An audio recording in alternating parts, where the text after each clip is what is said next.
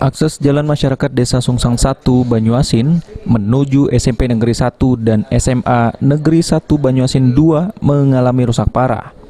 Padahal jalan tersebut menjadi satu-satunya akses masyarakat dan siswa-siswi menuju ke sekolah mereka.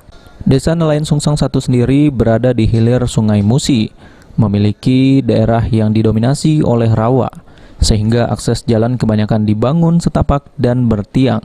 Sayangnya sejak dibangun, jalan menuju 2 sekolah di desa ini belum mendapatkan perbaikan.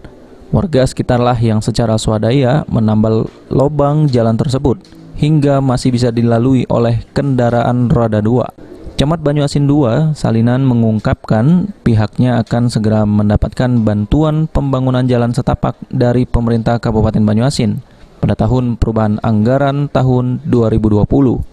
Dari sekolah, SMP, SMA, dan ke puskesmas. Namun dalam tahun ini juga di ABT ini akan segera dilaksanakan pembangunannya dari pemerintah Kabupaten Banyuasin. Menggunakan dana APBD, Pak? Ya? APBD, dari anggaran perubahan. Itu rencananya dianggarkan berapa, Pak? Kalau boleh tahu? Nominalnya saya tidak tahu, tapi akan ini segera dimulai. Itu perbaikan atau pembangunan baru, Pak?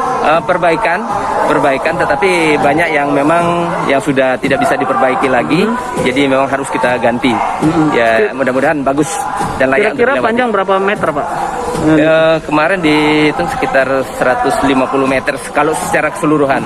Tapi mungkin belum secara keseluruhan, diperbaiki mana yang memang urgen dan memang sudah rusak.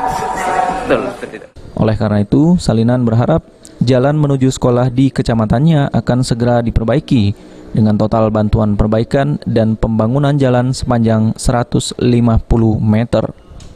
Sulaiman, PAL TV.